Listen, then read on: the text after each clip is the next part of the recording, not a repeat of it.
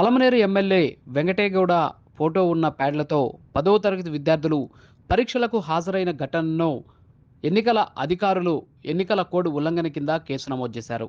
పలమనేరు నియోజకవర్గ ఎన్నికల అధికారి ఆర్డీఓ మనోజ్ రెడ్డి, పలమనేరు డీఎస్పీ మహేశ్వర్ రెడ్డితో కలిసి మీడియా సమావేశం నిర్వహించారు. ఈ సందర్భంగా వారు మాట్లాడుతూ మీడియాలో వచ్చిన కథనాల ఆధారంగా విచారించగా ఎన్నికల కోడ్ ఉల్లంఘన జరిగినట్లు గుర్తించామన్నారు. విద్యార్థుల నుండి ఎమ్మెల్యే ఫోటో ఉన్న రైటింగ్ ప్యాడ్లను స్వాధీనం చేసుకున్నట్లు చెప్పారు. విద్యార్థులకు ప్యాడ్లు పంపిణీ చేసిన గుర్తు తెలియని వ్యక్తులపై వీకోట పోలీస్ స్టేషన్లో కేసు నమోదు చేసినట్లు వివరించారు. ఎమ్మెల్యే ఫోటో ఉన్నందున ఆయనకు కూడా నోటీసులు ఇచ్చి వివరణ తీసుకుంటామని తెలిపారు. అన్ని సెంటర్స్లో కూడా రూరల్ కానీ, పెద్ద పంజాని కానీ, గంగవరం కానీ, వీకోట కానీ, బైరెడ్డిపల్లి కానీ అన్ని చోట్ల ఉన్నటువంటి సెంటర్స్లో తహసీల్దార్సు, ఎంపీడీఓసు, ఈఓబీఆర్టీసు, ఈ ఫ్లయింగ్ స్క్వాడ్ టీమ్స్లో ఉన్న డీటీసు, వీఆర్ఓస్, ప్రతి సెంటర్ దగ్గర 2 వీఆర్ఓస్, అదేవిధంగా అర్బన్ ఏరియాస్లో మున్సిపల్ స్టాఫ్ ప్రతి చోట కూడా పెద్ద ఎత్తున మినిమం ఒక 4-5 మంది అన్న ప్రతి ఒక్క సెంటర్ దగ్గర చెక్ చేయడం అనేది జరిగింది, నార్మల్ సెక్యూరిటీ స్టాఫ్ కాకుండా. అదేవిధంగా డిఎస్పీ గారి కోఆర్డినేషన్ తోటి పోలీసులను అక్కడ పంపించడం జరిగింది. అక్కడ వాళ్ళు కూడా చెక్ చేయడం జరిగింది. వాళ్ళకి కూడా ఇన్ఫర్మేషన్ వెళ్ళింది, ఎవరైతే అక్కడ సెక్యూరిటీ ఉంటారో ఎవ్రీడే వాళ్ళందరికీ కూడా ఇన్ఫర్మేషన్ వెళ్ళింది. అందరూ కూడా చెక్ చేశారు.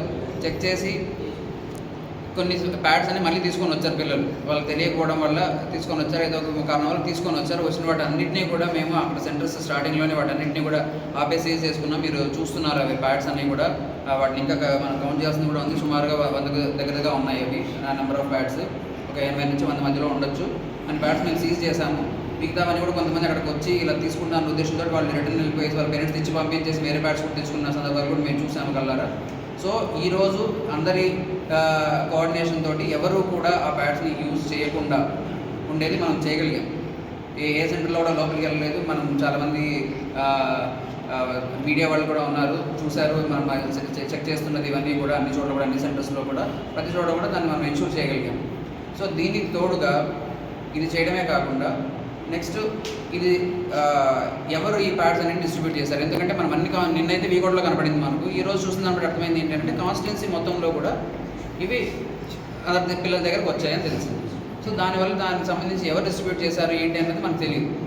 పిల్లల దగ్గర అయితే ఉన్నాయి కానీ ఎవరు డిస్ట్రిబ్యూట్ చేశారు తెలియనందువలన దాని మీద ఎంక్వైరీ ఉండాలి అని అంటే దానికి సంబంధించి ఒక ఎఫ్ఐఆర్ ఫైల్ చేయడం జరిగింది. మన డిఎస్పీ గారి ద్వారా వీకోట సిఐ దగ్గర ఒక ఎఫ్ఐఆర్ ఫైల్ చేయించాము. ఎవరైతే చేశారన్న దాని మీద కనుక్కోమని చెప్పేసి అన్నోన్ పర్సన్స్ మీద మనం ఎఫ్ఐఆర్ ఫైల్ చేయడం జరిగింది. సో ఆ ఎఫ్ఐఆర్ ఎంక్వైరీ జరుగుతుంది తప్పకుండా వచ్చే రోజుల్లో.